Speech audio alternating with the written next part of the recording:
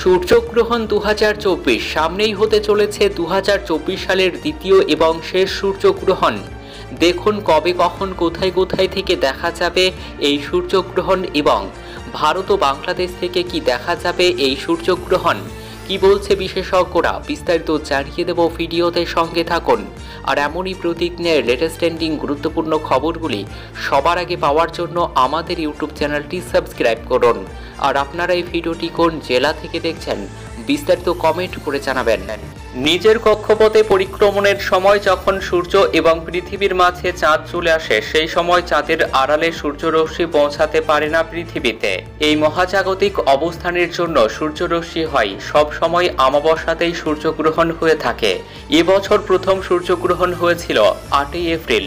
এবছরে অর্থাৎ 2024 সালের দ্বিতীয় সূর্যগ্রহণ হতে চলেছে আগামী 2 অক্টোবর বুধবার। কবে কখন হতে চলেছে সূর্যগ্রহণ? ভারতীয় সময় অনুযায়ী আগামী 2 অক্টোবর রাত 9টা 13 মিনিটে শুরু হবে সূর্যগ্রহণ এবং চলবে পরের দিন অর্থাৎ 3 অক্টোবর ভোর 3টে 17 মিনিট পর্যন্ত। তবে দীর্ঘ সূর্যগ্রহণ ভারত ও বাংলাদেশ থেকে দৃশ্যমান হবে না।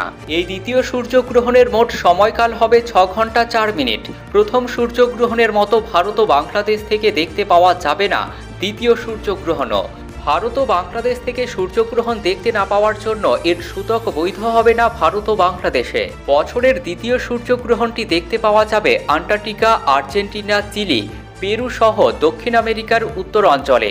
এছাড়াও দ্বিতীয় সূর্যগ্রহণটি দেখতে পাওয়া যাবে প্রশান্ত মহাসাগর এবং আন্টার্কটিকা মহাসাগরের কিছু অংশে। তবে যেখানে দৃশ্যমান হবে সেখানেই সূর্যগ্রহণের প্রভাবও পড়বে। খালি চোখে সূর্যগ্রহণ দেখা অত্যন্ত ক্ষতিকর। পাশাপাশি জ্যোতিষমতে গ্রহণের সূতককালে কিছু কাজ তথা আচরণ সম্পূর্ণ বর্জনীয়। সাধারণত গ্রহণের 12 ঘন্টা আগে থেকে শুরু হয় সূতককাল।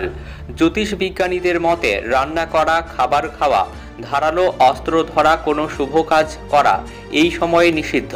পুজো, নামগান, ভজন সূতককালে করা যায় বলে মত জ্যোতিষের। তবে গ্রহণ কোনো দেশ থেকে দৃশ্যমান না হলে সূতককালের পালনীয় নিয়ম আচরণ অনুষ্ঠান পালন না করলেও ক্ষতি নেই বলে মত জ্যোতিষের। ওপরের বিষয়গুলি মানতে সময়সাথী ইউটিউব চ্যানেল বাধ্য বা অনুরোধ করে না। নিজের বিচার বুদ্ধি সহযোগে সিদ্ধান্ত নিন।